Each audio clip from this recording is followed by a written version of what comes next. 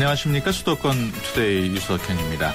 택시 요금이 올랐지만 택시 기사들이 회사에 내야 하는 산업금도 덩달아 오르면서 택시 기사들의 처우가 나아지지 않고 있다고 합니다.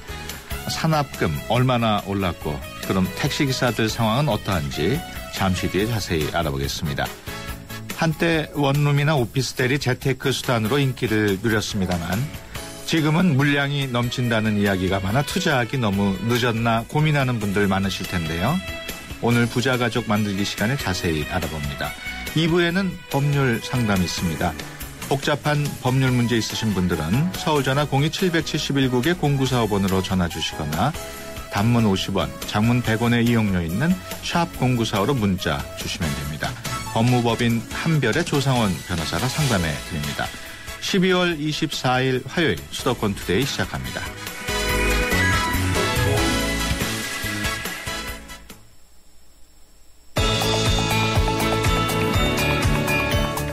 여러분은 지금 대한민국 유일의 수도권 전문 프로그램 YTN 수도권 투데이를 듣고 계십니다.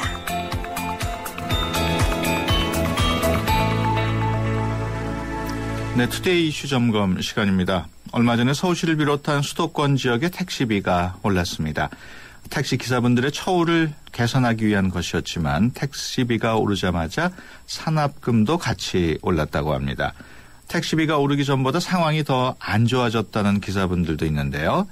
전국 민주택시노동조합 김성환 사무처장 전화로 연결해서 자세한 얘기 들어보겠습니다. 안녕하십니까?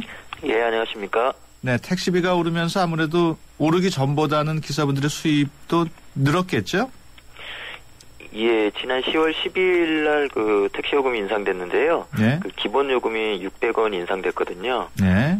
거리 요금하고 시계 할증도 일부 조정이 됐습니다만은 큰 비중을 차지하는 건 아니라서요. 네.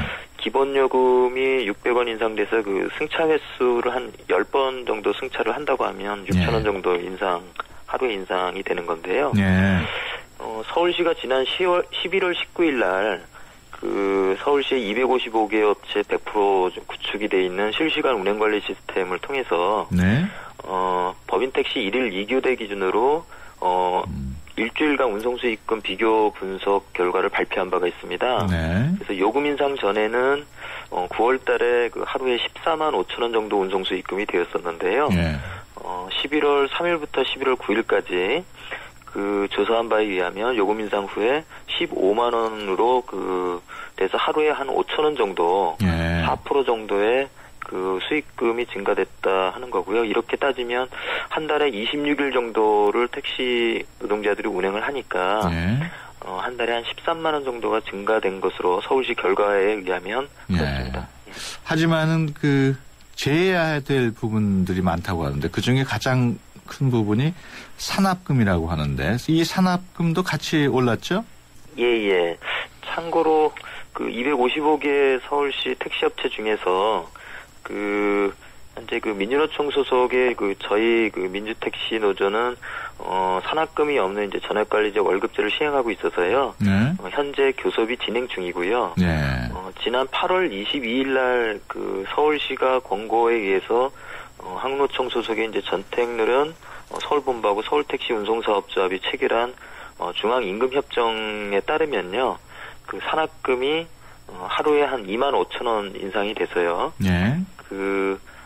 한 달에 한 65만 원 정도가 인상이 됐고요. 네. 그리고 반면에 이제 임금은 정액급여가 23만 원 정도 인상이 돼서 한 달에 한 150만 원 정도 되고요. 그다음에 연료비가 10리터 정도 인상이 돼서 총 따지면은 급여 인상 효과는 한 50만 원 정도 되니까요. 산업금은 65만 원 정도 오르고 한 달에 그리고 임금 인상 효과는 한 50만 원 정도 되니까 한 15만 원이나 13만 원 정도는 회사의 몫으로 들어간다고 봐서 아까 말씀드렸듯이 서울시 발표에 의한 수익금 증가분이 결국은 이제 산업금 인상 몫으로 회사가 이제 챙긴다고 봐야 되겠죠. 그리고 더욱더 이제 큰 문제는 개별 사업장별로 중앙임금협정을 체결했음에도 불구하고 추가적인 산업금 인상이 이루어지거나 또는 임금이 삭감되는 그런 현상들이 이제 발생을 했어요. 서울시도 사실은 이것은 이제 단속하고 감독을 하늘에 이제 그 골머리를 앓고 있는데요. 네. 추가적으로 이제 산악금이 하루에 5,000원에서 한 10,000원 정도까지 인상이 되는 그런 사례들이 증가하고 있습니다. 그래서 오히려 이제 그 요금 인상의 효과, 그 다음에 서울시가 권고에 의해서 그 처우 개선을 하려고 했던 노력이 사실상 좀 수포로 돌아가고 있는 그런 문제점들이 발생되고 있습니다. 그 아직 그 임금 협상 같은 게 진행이 되고 있다고 말씀을 하셨습니다만 그렇다면 택시 기사분들이 하루 수입에서 산악금 같은 것을 빼고 실제로 집에 가지고 가는 돈이 얼마 정도인지도 아직 제대로 파악은 안 되겠네요. 어떻습니까? 그 아까 말씀드렸던 서울시에서 발표한 결과에 의하면 한 달에 요금 인상 후에 한 15만 원 정도 수익금이 발생을 하니까요. 이것을 이제 26일 운행한다고 하면 한 390만 원 정도 되거든요. 그런데 이제 산악금이 지금 그 한 달에 한 364만 원 정도 됩니다. 그러면 실제로 이제 가져갈 수 있는 것은 26만 원 정도 되는데 그 중에서 가스를 한 5리터 이상 추가 부담하게 되니까 그렇게 되면 정액급여로 월 26일 만근을 해서 하루에 10시간에서 11시간 운행을 하면서 가져갈 수 있는 정액급여 한 150만 원 정도를 가져가고 있다고 그것도 이제 겨우 가져간다고 봐야 되고요.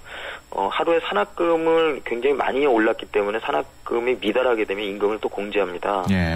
그렇게 되면 실제로 그 책정되어 있는 정액급여도 못 가져가는 사례가 굉장히 허다하게 많다고 봐야 되겠죠. 그 택시 요금이 오르기 전과 비교하면 어떻습니까? 택시 요금이 오르기 전하고 비교하면 크게 달라진 것이 없고요.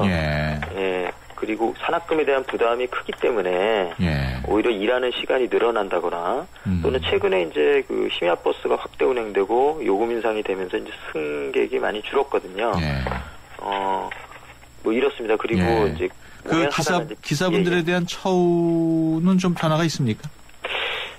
그러니까 크게 이제 변화된 게 없고요. 오히려 이제 그 운송비 운행하다가 이제 각종 사고가 난다거나 범칙금이 발생한다거나 또는 이제 그 연료비를 아까 말씀드렸지 추가 부담하는 문제들이 있는데 최근에 이제 국회에서 국토교통부하고 새누리당에서 택시 발전 법안을 통과시키면서 운송비 전가 금지하는 법안을 시행일을 이제 대폭 연기시켰어요. 그래서 당장 이제 저희 처우 개선 효과가 발생할 수 있는 문제도 2016년 10월부터 시행하는 걸로 이제 대폭 연기를 시킴으로써 더 좀 암담해진 심정이죠. 그렇다면은 운전기사분들의 삶을 좀 더 나아지기 위한 해결책 뭐라고 생각하십니까? 우선 그 산악금 제도가 이제 철폐가 돼야 되고요.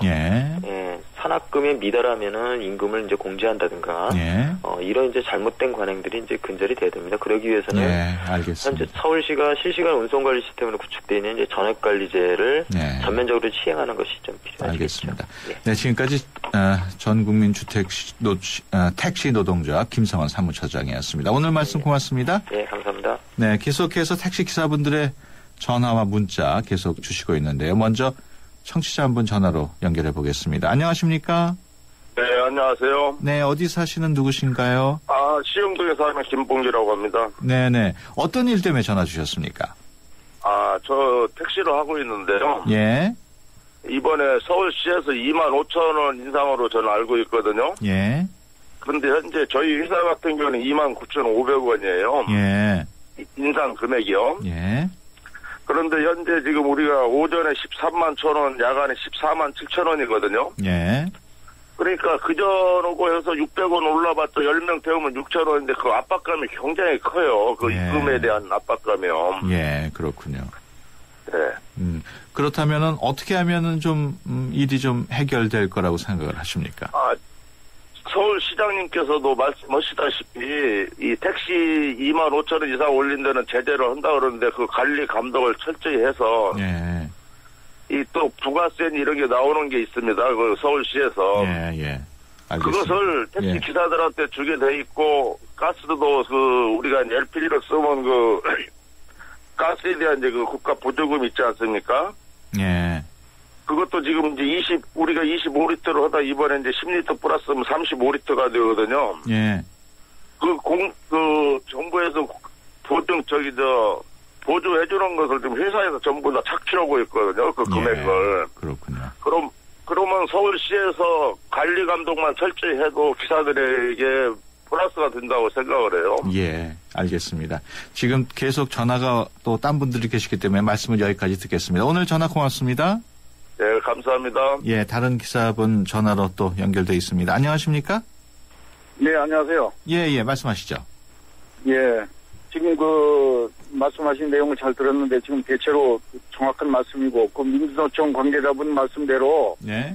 지금 택시요금 인상 이후에 인상분이 운송 수입금 증가로 연결되지 않고 있습니다. 승객이 감소하고 승객의 어떤 요금 부담에 대한 반발 심리도 있고 또 경제적인 부담도 있고 해서 요금 운송 수입금 증가로 연결되지 않았는데 산악금을 일시에 25,000원을 올려서 물론 거기에 방금 민주노총에서 말씀하신 대로 임금 증가나 연료 보조가 추가로 되는 부분은 있지만 실제 현장에서 하루에 14만 원, 15만 원을 벌어서 입금을 한다는 과중한 부담 때문에 서울시의 바람대로 운전기사의 처우가 개선되지 않고 있고 운전기사 처우로 인해서 대시민 양질의 서비스가 가능하다는 그런 내용은 전혀 허구에 불과한 겁니다. 이 문제의 해결 방법은 박원순 시장님이 지난 1월 7일 날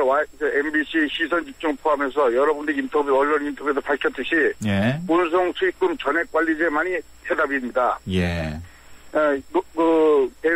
대회하면서 운송 승객에서 운행을 해서 운송 수익금 올리면 산악금을 운송 수익금 전액을 회사에 납부하는 게 원칙이지 그 회사에 소속돼 있으면서 회사의 장비로 일을 해가지고 그 수익금의 일부를 자기 주머니에 넣고 집으로 간다.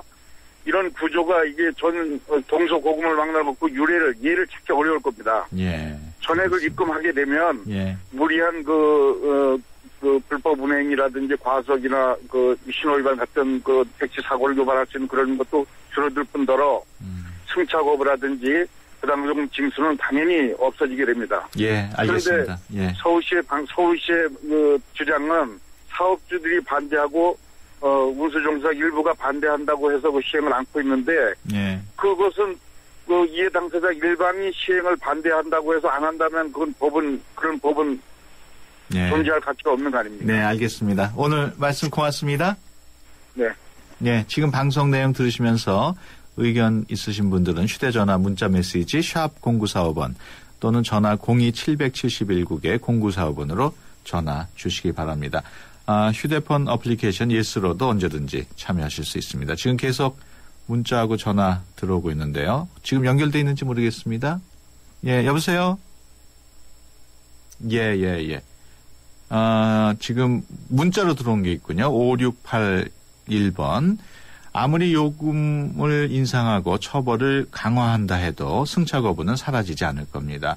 택시 수를 3분의 1 이상 줄이고 고급화하지 않는 한 어떤 방법도 통하지 않을 것이라고 생각합니다라는 내용 들어왔고요.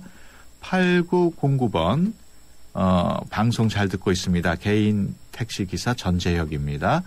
10년 동안 요금 인상이 20% 미만 인상됐습니다. 현재 요금으로도 힘든 상태인데 서비스 개선 없으면 요금 인상 안 할 것인가요? 이런 내용 보내주셨습니다. 2425번으로도 들어왔는데요. 택시 정책들은 탁상 행정의 극치입니다. 각종 언론도 택시 문제의 본질을 왜곡 보도하고 있다고 봅니다. 12시간 근무해도 수입이 편의점 알바보다 못한 수준인데요. 과연 무엇부터 손대야 할지 택시기사는 봉사활동자라고 생각합니다. 돈도 안 되고 고생은 고생대로 하고 이미지는 안 좋고 정말 공무원과 대한민국이 싫어집니다. 이런 말씀을 보내주셨네요. 지금 8016번으로 또 들어왔는데요. 새 차가 나오면 하루에 8,000원씩 더 냅니다. 공장에 공구가 고장났는데 기사더러 사라는 격입니다. 사측은 이거 받아서 할부값 됩니다. 단말기 값도 기사가 냅니다. 서울시에서 다 알고 있을 텐데요. 이런 내용이 들어와 있습니다. 문자로 참여해 주신 여러분들 고맙습니다. 더 앞으로도 계속 사회적으로 문제가 되는 문제들은 저희 수도권 투데이에서 계속 다루도록 하고요. 오늘 사연 주신 분들도 방송이 되지 않은 내용도 저희가 다 참고를 하겠습니다. 고맙습니다.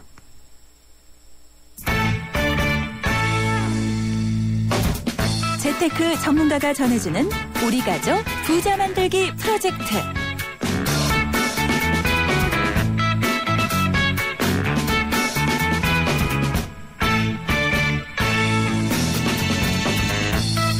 네, 부자 가족 만들기 시간입니다. 재무와 주식, 세무, 부동산, 은퇴 설계 등 청취자 여러분들의 사연을 토대로 전문가와 상담을 해봅니다.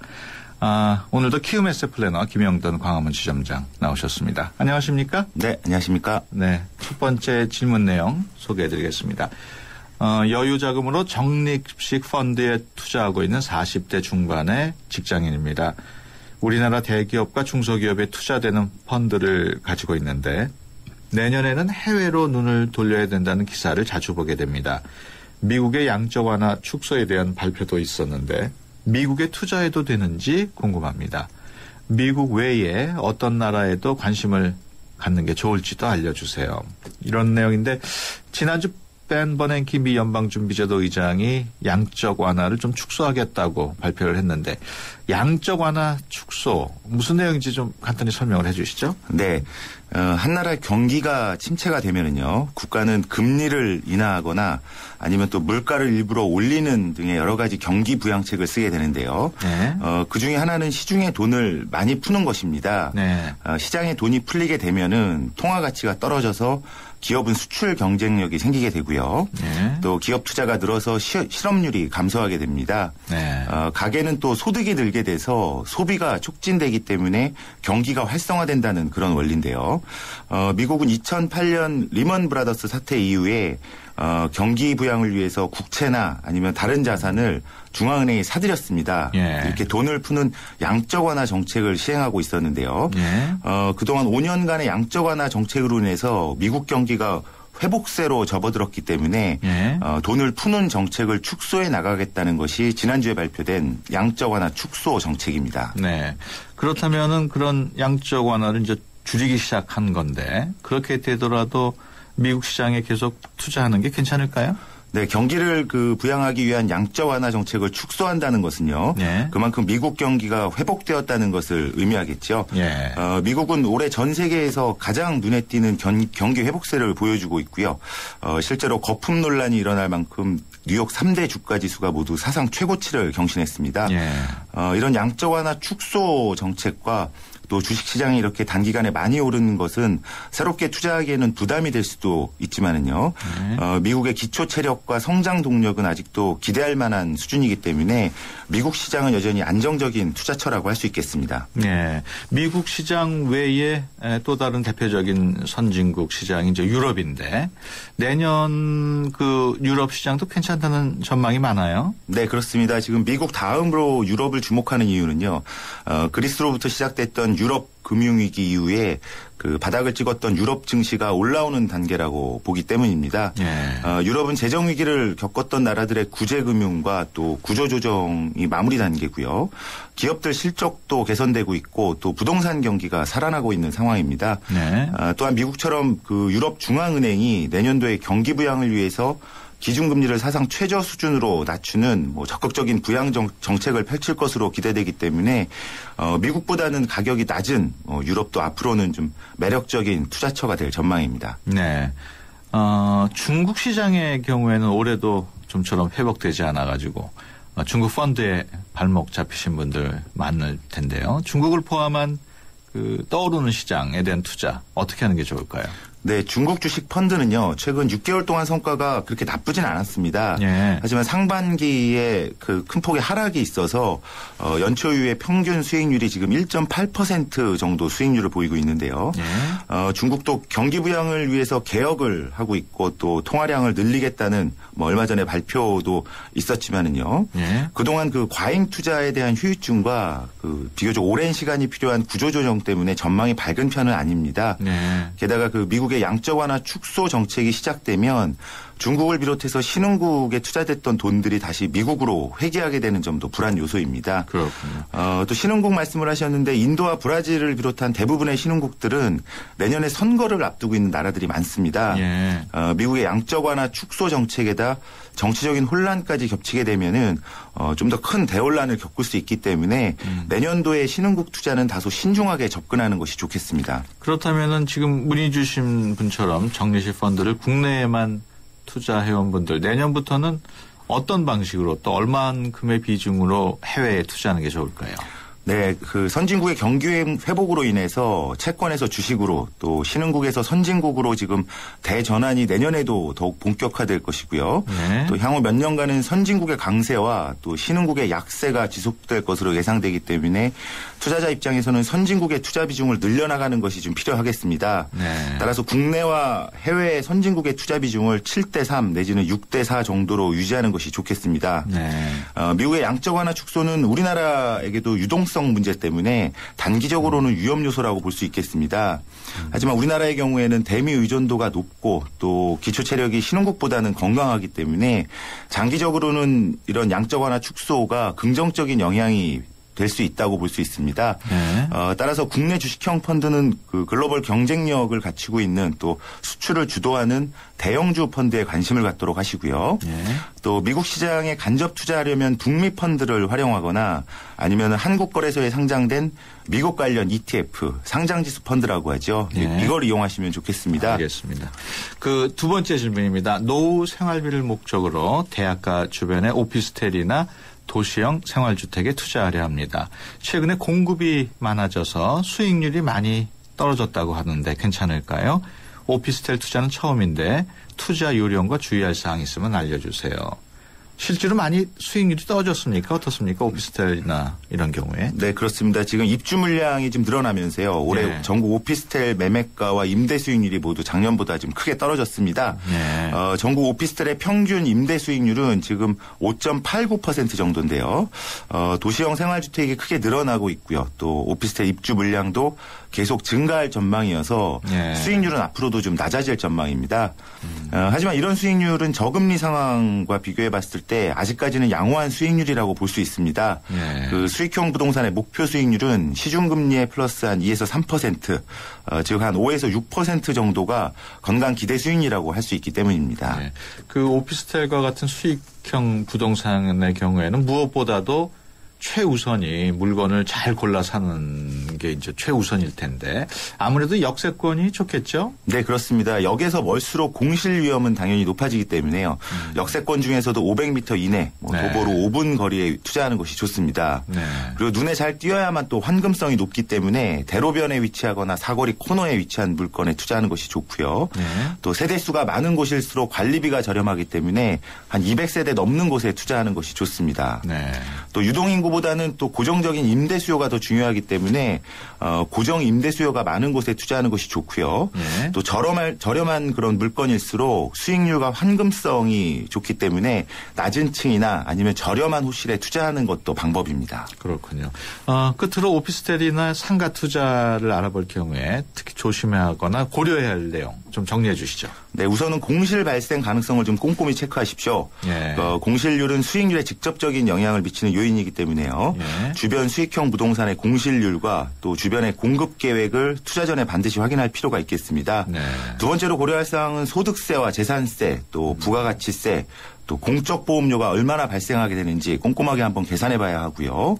네. 또 수리 비용과 관리 비용, 또 중개 수수료 등의 재반 비용도 사전에 파악하는 것이 중요합니다. 네. 그 마지막으로 입주자와의 분쟁과 관리에서 오는 스트레스도 좀 고려해야 될 부분인데요. 네. 은퇴 이후에 수익형 부동산에 투자했다가 이런 감정적인 문제로 인해 가지고 오히려 삶의 질이 하락하는 경우가 종종 있습니다. 네. 그래서 그 본인의 성향과 나이를 고려해서 신중하게 판단하는 것이 좋겠습니다. 그렇군요. 네, 지금까지 키움에셋 플래너 김영돈 광화문 지점장이었습니다. 오늘 말씀 고맙습니다. 네, 고맙습니다. 모카골드. 준기야, 다른 건 왜 이 맛이 안 날까? 상현 선배, 손 좀 줘봐요.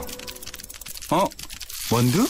원두 좋아진 거 느껴져요? 더 좋은 원두로 더 맛있어진 모카골드가 시작됩니다. 맛있다.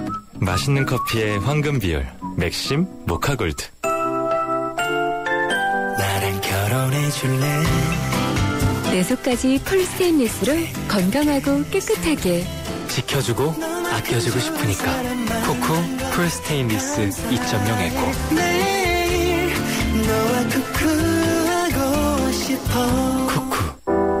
당신의 베이스 캠프는 어디입니까? 어디로 가야 할지 모른다면 방향이 될 것이고, 계속 가야 할지 망설인다면 용기가 될 것입니다. 베이스 없는 정상은 없습니다. 세상의 베이스가 되다. 포스코. 주문하시겠습니까? 피자요, 피자. 치킨이요, 치킨. 떡볶이요. 포테이토도 주세요. 네, 와우박스 주문되셨습니다. 좋아하는 메뉴를 와우박스로 다 함께 27,900원. 1588-5588 피자헛. 도전해보고 싶은 유럽 탑10 개표 결과입니다.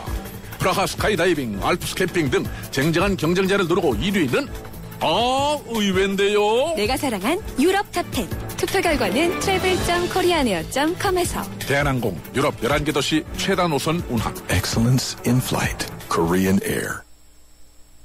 네, 수도권 투데이 1부 여기서 마치고요. 잠시 뒤 2부에서 뵙겠습니다. 내년부터 전면 시행되는 도로명 주소 아직도 모르세요? 자, 효원로 20을 찾아가려면 스텝 1. 건물 번호는 도로 진행 방향으로 왼쪽은 홀수, 오른쪽은 짝수니까요.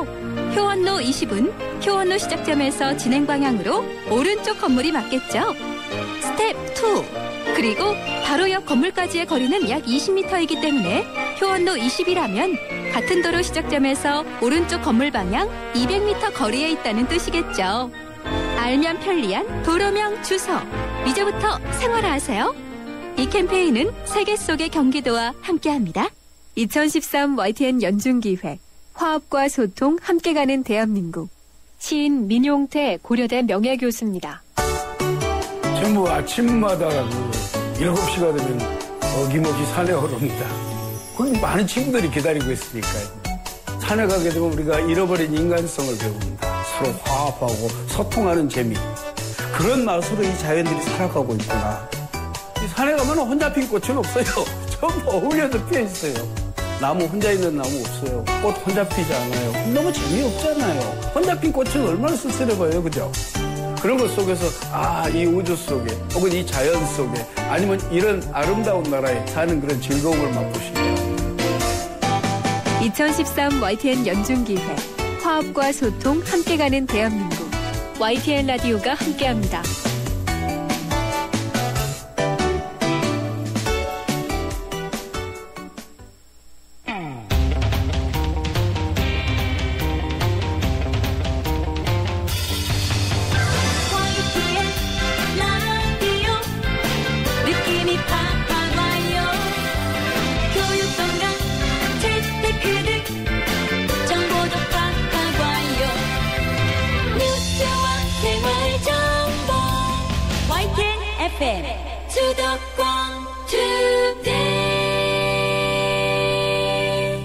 수도권 투데이 2부 문을 엽니다. 2부에는 생활법률 상담실 마련되어 있습니다. 생활 속에서 발생한 일들에 대한 법적인 관계 어떻게 정리해야 할지 궁금하신 분들은 02-771국에 0945로 전화 주시거나 샵 0945로 문자 주시면 됩니다.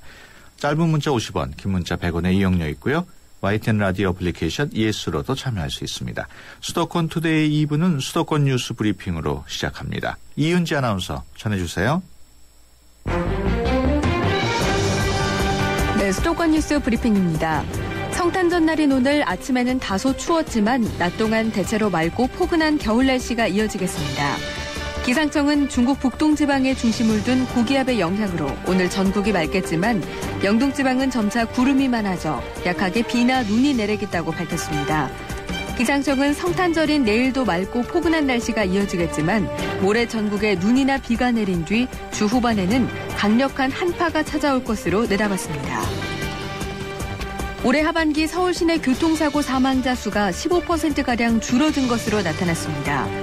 서울시에 따르면 올해 7월부터 11월까지 시내 교통사고 사망자는 156명으로 지난해 같은 기간보다 14.8% 감소했습니다. 원인별로 보면 63%인 98명이 안전운전 불이행으로 사고를 당했고 다음으로 신호위반, 보행자 보호위반, 차로위반 등의 순이었습니다. 오토바이를 포함한 이륜차 관련 사고 사망자는 39명으로 전체의 25%를 차지했고 자전거 관련 사고 사망자는 10명으로 6.4%를 차지했습니다. 어젯밤 11시 반쯤 서울 당산동에 있는 4층 건물의 1층에 자리한 중국집 식자재 창고에서 불이 났습니다. 이 불로 위층에 사는 주민 5명이 놀라 대피했고 창고에 보관하고 있던 식자재와 집기 등 건물 10여 제곱미터가 타 소방서 추산 800만 원의 재산 피해가 났습니다. 지금까지 수도권 뉴스 브리핑이었습니다.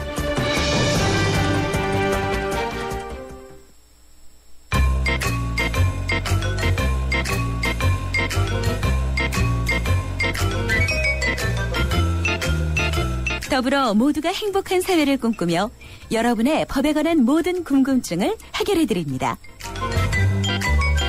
수도권 투데이 생활법률상담실 조상원 변호사님. 네, 조상원 변호사입니다. 네, 매주 화요일에는 생활법률 상담실을 통해서 여러분의 법률 고민 해결해드립니다. 그냥 넘어가기 억울한 사연들 보내주시면 조상원 변호사께서 답변해 주십니다. 안녕하십니까? 네, 안녕하세요. 네, 첫 번째 사연입니다. 4941번인데요. 지난주에 저랑 비슷한 사연이 있어서 상담 신청합니다. 회사에 입사한 지 5개월째인데요. 회사 영업직이나 격리직은 10개월쯤이라고 그만둔다는 사실을 알았습니다.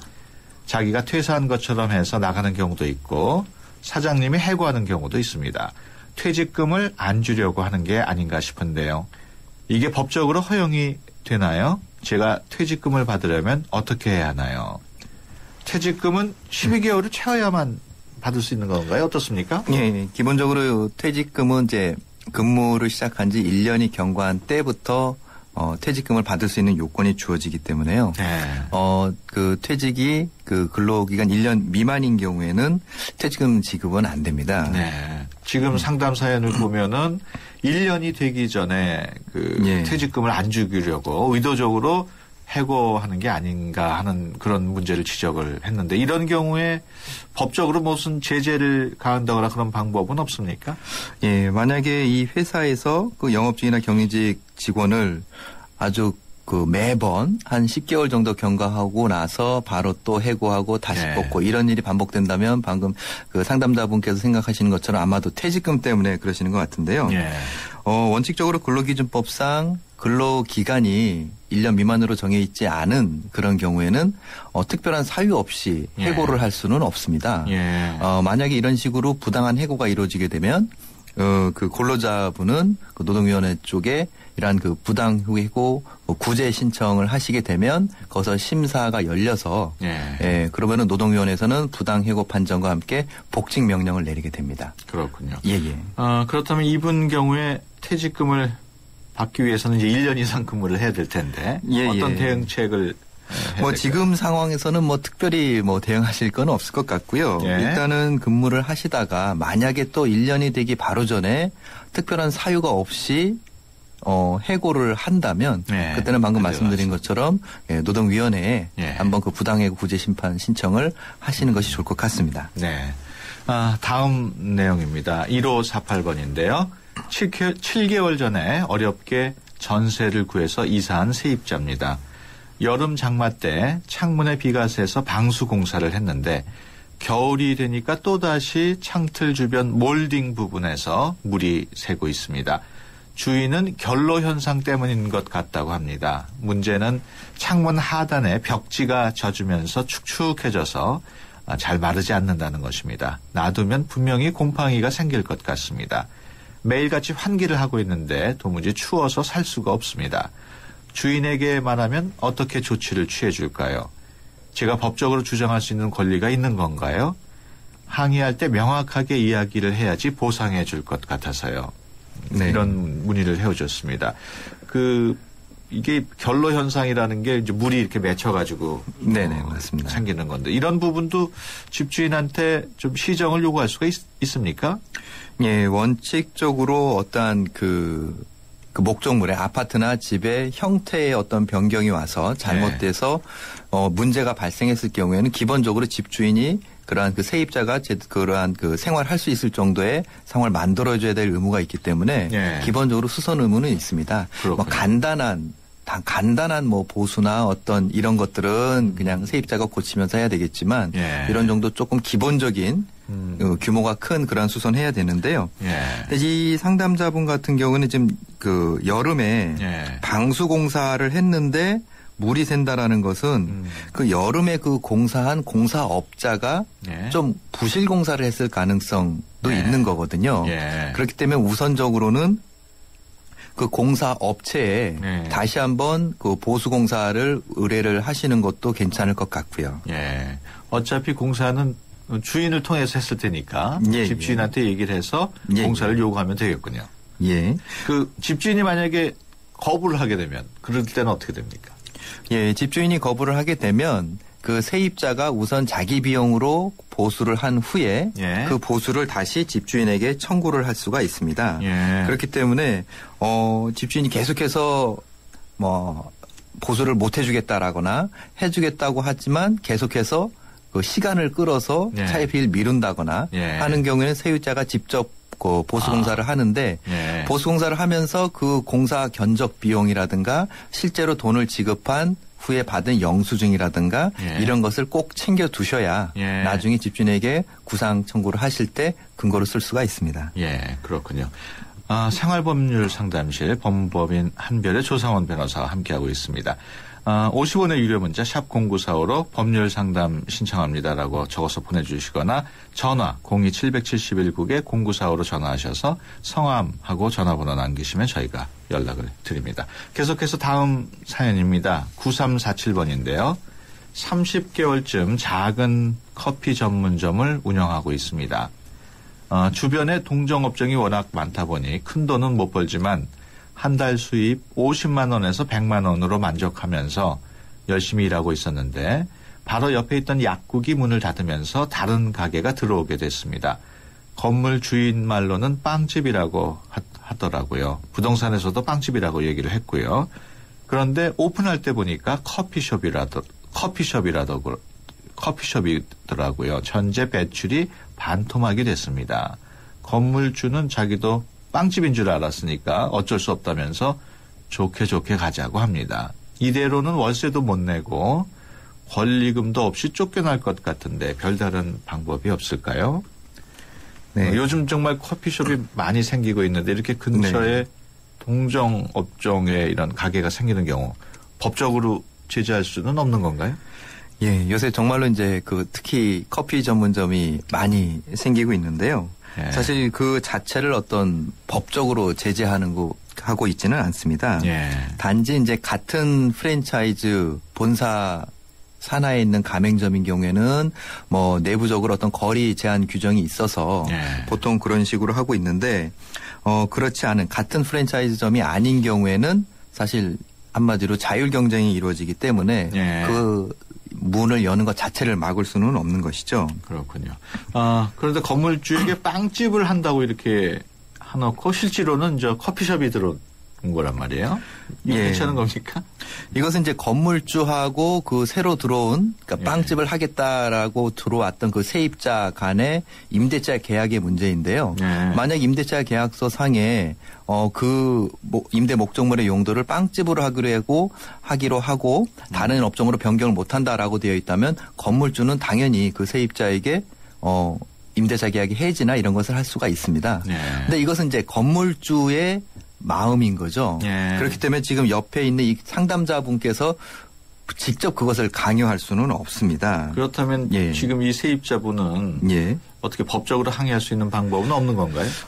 지금 이게 같은 상가 내에 있는 그러한 바로 인접한 가게라면 그 상가에 보통 대개 그 규정이 있어서 동종 업종의 그 가게 점포는 2개 이상 못 들어오게 한다라는 그런 규정이 있는 경우가 많이 있습니다. 요새는 계속해서 그런 경쟁이 되기 때문에. 그래서 그 상가와 관련된 규정을 한번 찾아보셔도 될 것 같고요.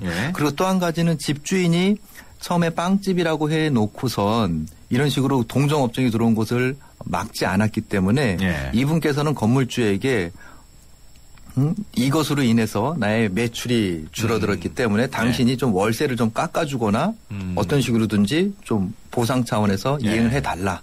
이런 주장을 하실 수는 있을 것 같습니다. 예, 그렇군요. 계속해서 다음 사연입니다. 7524번이고요.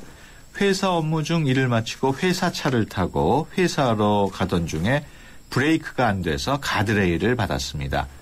문제는 회사 차량 보험이 만 26세 누구나로 되어 있어요. 저는 아직 만 26세가 되지 않았기 때문에 보험 해당 사항이 없습니다. 사고가 난 후에야 그 사실을 알게 됐습니다. 그리고 시설물 관리공단에서 전화가 왔는데 가드레일이 파손되었으니 복구 작업 비용 100만 원이 든다고 했습니다. 저걸 제가 다 물어야 하나요? 그리고 복구 작업 비용 말고도 벌금을 따로 내야 하나요? 이렇게 질문을 해왔는데요. 네. 회사 업무를 마치고 회사로 돌아오는 중에 이제 사고가 났으면 산재 처리가 되는 거 아닌가요? 어떻습니까? 근데 그 산재 보험으로 처리가 되는 것은 한마디로 대인, 네. 사람이 다쳤다거나 네. 뭐 사망을 했다거나 이러한 그 대인과 관련된 피해에 대한 보상이 되는 것이지 네. 이런 가드레일처럼 대물 보상이 해당되지는 않습니다. 그렇군요. 그렇기 때문에 사고 상황은 산재 처리가 될 수 있는 상황이지만 그 이 가드레일의 피해에 대해서는 보상 대상이 되는 것은 네. 아니죠. 예. 회사에서 들어놓은 보험이 지금 이분한테는 나이 때문에 해당이 되지 않는 상황인데 그렇다면은 회사에서는 뭐 아무런 책임을 안 져도 되는 건가요? 예, 일단 회사도 이 차량에 대한 이 회사 차량이기 때문에 운행자로서 그 자배법상의 책임이 인정될 예지는 충분히 있습니다. 그렇기 때문에 이제 시설물 관리공단에서는 이 운전자뿐만 아니라 회사에도 그러한 그 복구 작업비를 청구하실 수가 있는 거죠. 그렇군요. 그리고 이제 회사와 이 운전자 사이에서는 그 책임 부분을 어떤 책임 과실 비율에 따라서 나눌 여지는 있습니다. 운전한 사람은 직접 운전상의 과실이 있었던 것이고 그다음에 회사는 그 부분에 대한 어떤 관리 책임이 있기 때문에 두 사람이 그러니까 회사와 운전자가 나눠서 책임을 질 여지가 있습니다. 그렇군요. 그 벌금을 따로 내야 되느냐고도 물어왔는데. 예, 원칙적으로는 이제 시설물 관리공단에서 이제 경찰에 신고를 하게 되면 이제 뭐 그런 여지가 될 수는 있긴 하겠지만 사실 이런 경우에 그 별도로 신고까지 하지는 않고 복구만 되면 넘어가는 경우가 많거든요. 그렇군요. 그렇기 때문에 지금 시설관리공단에서 특별히 문제 삼지 않는다면 벌금까지는 내지 않으셔도 괜찮을 것 같습니다. 그러면 이분이 할 수 있는 최선의 대응책은 일단 벌금은 내지 말고 회사 측하고 아까 말씀하신 것처럼 이렇게 나눠서 뭐 하든지. 그 법밖에 없겠죠? 예, 지금 보게 되면은 지금 회사가 어떤 입장인지는 모르겠는데 지금 이분께서는 이제 시설물 관리공단에다가 뭘 이렇게 이의를 제기한다거나 그러실 거는 아닌 것 같고요. 그냥 회사 측하고. 근데 이분이 이제 회사에서 어느 정도의 입지를 가지고 계신지는 모르겠는데 일단 회사에서 26세 이상이 운전할 때만 보험 처리가 되는 조건으로 보험을 가입해놓고 26세가 안 된 직원에게 그 차량을 운전을 하게 했기 때문에 일단 회사에도 책임은 있는 알겠습니다. 겁니다. 네네. 4281번으로 들어온 내용입니다. 얼마 전 골목길에서 할머니 한 분과 제 차에 사이드 미러가 살짝 부딪혔습니다. 할머니께서는 우선 10만 원만 달라고 하셔서 혹시 몰라 10만 원도 드리고 연락처도 교환했습니다. 그런데 같이 병원에 안 가본 게 너무 찝찝합니다. 병원에 안 가서 뺑소니 처리가 되는 건 아닌가요? 이제라도 보험 처리를 해야 하는 건지 나중에 문제가 생길 여지가 없는지 궁금합니다. 지금처럼 접촉사고 피해자가 10만 원 어떻게 보면 합의금이라고 볼 수도 있겠는데 즉석에서 요구를 해가지고 줬다는 건데 나중에 문제가 생기지 않을까요? 원칙적으로 지금 상담자분께서 말씀하신 대로의 죄송합니다. 사실관계가 확인이 되면 전혀 이런 뺑소니가 문제가 되는 것은 아니죠. 근데 이제 현실적으로 어떤 문제가 되냐면은 이렇게 현실적으로 10만 원도 받고 연락처도 받았으면서 피해자 측에서 한마디로 이제 신고를 해버리는 거죠. 그렇죠. 나는 연락처도 못 받았고 뭐 돈을 받은 사실도 없고 이런 식으로 거짓말을 하게 되면 이제 그때 문제가 됩니다. 그렇기 때문에 이분 같은 경우는 만약에 그 자리에서 합의를 하고 돈을 드리고 마무리하기로 했다면 그분에게 간단하게라도 메모지에라도 메모지에다라도 이렇게 확인서 다 해결하고 더 이상 문제 삼지 않겠다 하고 그분의 이제 인적사항 함께 받아서 두시면 그러면은 이제 어느 정도 그렇군요. 문제가 해결될 것 같습니다. 그 좁은 골목에서 이런 비슷한 문제들이 자주 발생을 하는데 그런 경우에 나중에 문제 소지가 없애기 위해서는 지금 말씀하신 것처럼 그렇게 대응을 해야 되나요? 예. 보통 이제 이런 경우에 또 동네나 좁은 골목에서 사고가 나고 뭐 지나가던 아이가 자전거를 타다가 부딪히거나 이런 경우에는 저게 당황을 하셔가지고 아이가 뭐 괜찮다고 하고 아니면 그 부딪힌 사람이 괜찮으니까 그냥 가라라고 했을 때 그냥 얼떨결에 그냥 오시는 경우도 많거든요. 하지만 우리는 그 판례는 이런 경우에 그 피해자가 신고를 하게 되면 이런 뺑소니로 처리될 가능성이 상당히 높습니다. 그렇기 때문에 지금 이 상담자분께서 하신 것처럼 연락처는 서로가 주고받아서 그 자리에서 한번 통화 버튼을 눌러서 통화 내역을 남겨두시거나 이렇게 간단하게 메모지에 확인서를 해두시는 거면 좋을 것 같습니다. 네, 생활법률 상담실 법무법인 한별의 조상원 변호사와 함께했습니다. 오늘 말씀 고맙습니다. 네, 고맙습니다. 주문하시겠습니까? 피자요, 피자. 치킨이요, 치킨. 떡볶이요. 포테이토도 주세요.